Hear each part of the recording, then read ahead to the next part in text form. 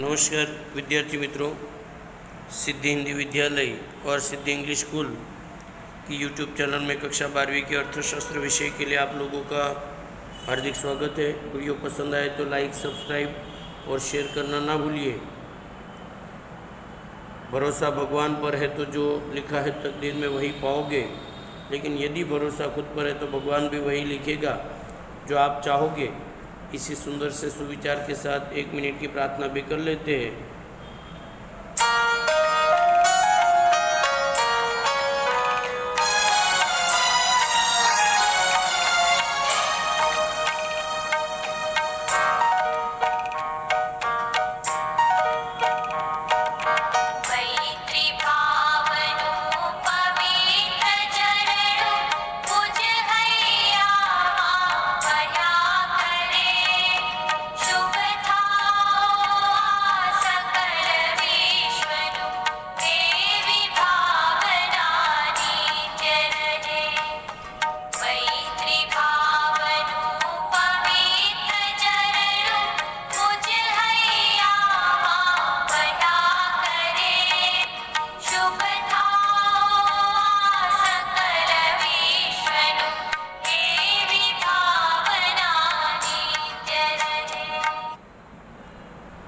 सुंदर सी प्रार्थना के बाद लेसन छठा जो हमारा चालू है बेरोजगारी, उसके अंतर्गत आप लोगों को मैंने उन मुद्दों के बारे में बता दिया था जो मुद्दे हमारी परीक्षा के अंतर्गत आने वाले हैं।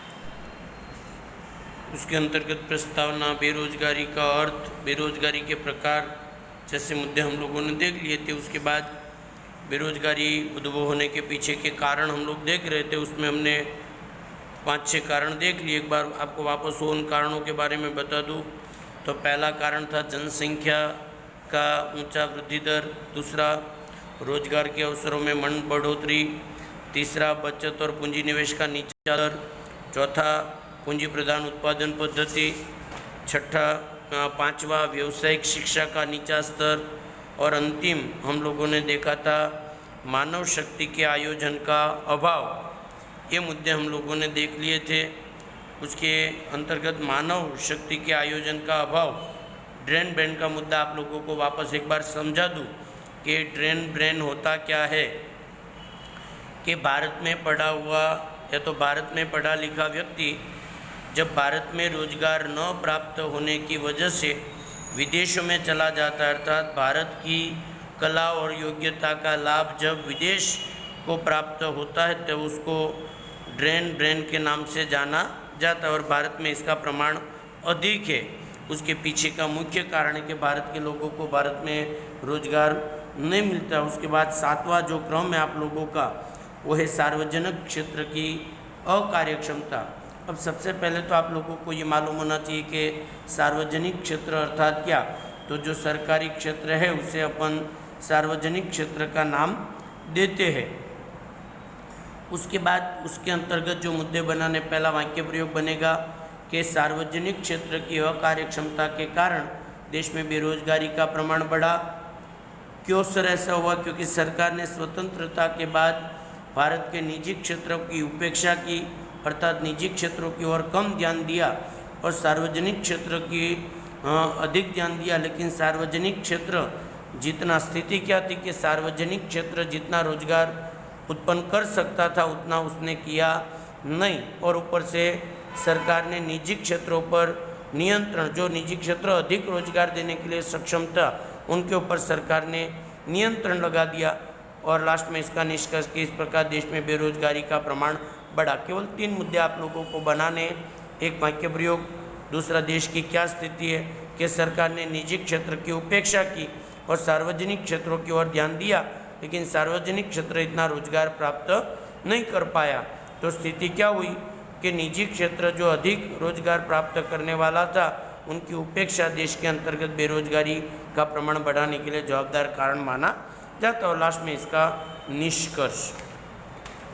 इसी क्रम के अंतर्गत आप लोगों का जो 8वां मुद्दा है वो कृषि क्षेत्र की उपेक्षा। तो उसमें भी आप लोगों को 3 मुद्दे शुरुआत में बना देने हैं। पहला वाक्य प्रयोग कि भारत एक कृषि प्रधान देश है, लेकिन फिर भी कृषि की उपेक्षा होने की वजह से देश में बेरोजगारी का प्रमाण बढ़ा। उसका कारण क्या है कि जनसंख्या रोजगार के लिए कृषि, ये तो आप लोगों को नॉर्मली तौर पर कि भाई कारण आप मन से लिख सकते हैं कि भाई कृषि की उपेक्षा की गई, कृषि की ओर सरकार ने कोई खास ध्यान नहीं दिया और उसकी वजह से देश में बेकारी का जो प्रमाण है, हाँ हरित क्रांति जैसी क्रांतियाँ तो हो गई, लेकिन जो पूर्ण रूप से देश के अंतर्गत रोजगार मिलना चाहिए वो रोजगार नहीं मिला।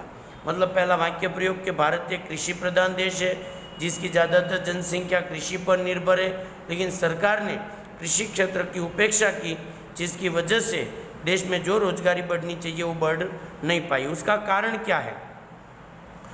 तो सरकार ने कृषि क्षेत्र में निवेश कम कर दिया, किसानों के ऊपर कोई ध्यान नहीं दिया, हरित क्रांति का लाभ देश के अंतिम लोगों तक नहीं मिला।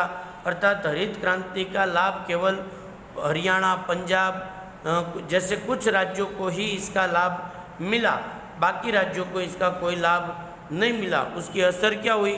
तो उसके कारण सर बताओ। तो जनसंख्या देखो, नीचे आप लोगों को दिया है कि जनसंख्या का कृषि क्षेत्र पर बोझ, अपर्याप्त सिंचाई की सुविधा, कृषि ऋण को अपर्याप्त सुविधा, अनिश्चित और अपर्याप्त वर्षा, कृषि क्षेत्र में रहे जोखिम वगैरह वगैरह वगैरह, ये सब उसके कारण है। और चौथा मुद्दा उसका निष्कर्ष कि इस प्रकार कृषि क्षेत्र की उपेक्षा देश में बेरोजगारी के पीछे 4 मुद्दे बना सकते हैं। एक वाक्य प्रयोग, दूसरा स्थिति, तीसरा कारण और चौथा उसका निष्कर्ष। इस प्रकार से आप लोग इसके मुद्दे तैयार कर सकते हैं। उसके बाद 9वां जो आप लोगों का कारण है वो श्रम की मर्यादित गतिशीलता। अब ये श्रम की मर्यादित गतिशीलता सर क्या होती है? श्रम मतलब लोगों की मर्यादित गतिशीलता बेरोजगारी की समस्या का सर्जन। पहली लाइन में वाक्य प्रयोग दिया है कि कई परिस्थितियों में श्रम की मर्यादित गतिशीलता के कारण देश में बेरोजगारी का सर्जन हुआ। जैसे भारत में कई बार सामाजिक परिबल, पारिवारिक संबंध, भाषा, धर्म, रीति रिवाज, जानकारी का अभाव, वाहन व्यवहार की सुविधा का प्रमाण कम, आवास की समस्या, ये सब कारण है कि श्रम की गतिशीलता कम क्यों रही। कि भारत में बहुत सारे कारण है कि भाई सामाजिक परिबल है, पारिवारिक संबंध है, धर्म है, रीति रिवाज है, संस्कृति है, जानकारी का अभाव है, वाहन व्यवहार की सुविधाओं का अभाव, जैसे कई परिबल है, और जिसकी वजह से जो श्रम की गतिशीलता होनी चाहिए वो हुई नहीं है। उसके बाद उच्च शिक्षा प्राप्त लोगों को भी गांव में पिछड़े स्थिति क्या है भारत की? तीसरा मुद्दा कि उच्च शिक्षा प्राप्त लोगों को भी गांव में पिछड़े और दूर के विस्तारों में काम मिलने के बावजूद भी वहाँ जाना पोसाता नहीं है, या तो वो लोग जाना पसंद नहीं करते जो उच्च शिक्षा के बाद भी, और ऐसी परिस्थिति में वो लोग बेरोजगार रहना पसंद करते। मतलब लोगों की मानसिकता भी जवाबदार मानी। पहला वाक्य प्रयोग, दूसरा कारण, तीसरा स्थिति क्या है कि उच्च शिक्षा प्राप्त लोग भी पिछड़े गांव से दूर तक के गांव के विस्तार में जाना पसंद नहीं करते, और ज़्यादातर ऐसे व्यक्ति शहरों में ही काम मिले उसके आग्रही होते थे। ऐसा संभव न, और सभी लोगों को शहरों में रोजगार मिलना संभव नहीं हुआ, और उसकी वजह से देश में बेरोजगारी का प्रमाण बढ़ा। इस प्रकार से आप लोगों को आज मैंने 3 मुद्दे बताए। एक सार्वजनिक क्षेत्र की अकार्यक्षमता, दूसरा कृषि क्षेत्र की अकार्यक्षमता, और तीसरा मतलब जो 9वां मुद्दा है श्रम की मर्यादित गतिशीलता। उसके अलावा भी एक मुद्दा है, उसके 10वां मुद्दा वो भी देख लेते कि भाई अपर्याप्त आंतरिक ढांचागत सुविधा। तो पहले तो ढांचागत सुविधा की व्याख्या लिखिएगा कि भाई ढांचागत सुविधा अर्थात क्या कि भाई लोगों के काम को सरल बनावे, उसे ढांचागत सुविधा कहते हैं।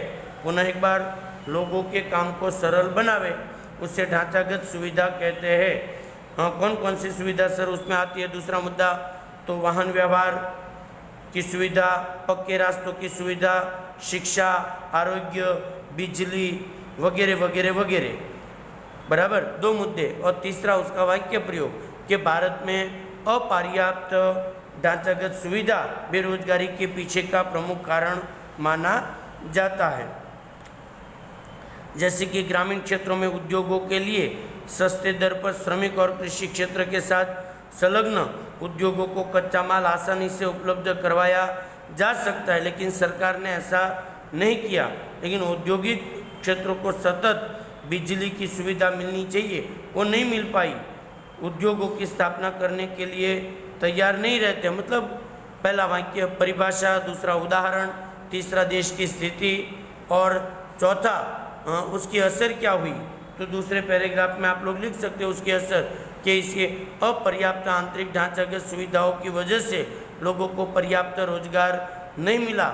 और अंतिम मुद्दा उसका निष्कर्ष के इसकी वजह से देश में बेरोजगारी का प्रमाण बढ़ता ही गया। इस प्रकार से 10 मुद्दे जो बेरोजगारी उत्पन्न होने के कारण थे उनके बारे में हम लोगों ने देख लिया। अंत तक आप लोगों ने वीडियो देखा, उसके लिए धन्यवाद। वीडियो पसंद आए तो लाइक, सब्सक्राइब और शेयर करना ना भूलें। वीडियो से रिलेटेड कोई भी प्रकार की जानकारी हो तो आप मेरा संपर्क कर सकते हैं 9825581539। अंत तक वीडियो को देखने के लिए बहुत बहुत धन्यवाद। जय हिंद, जय भारत, वंदे मातरम।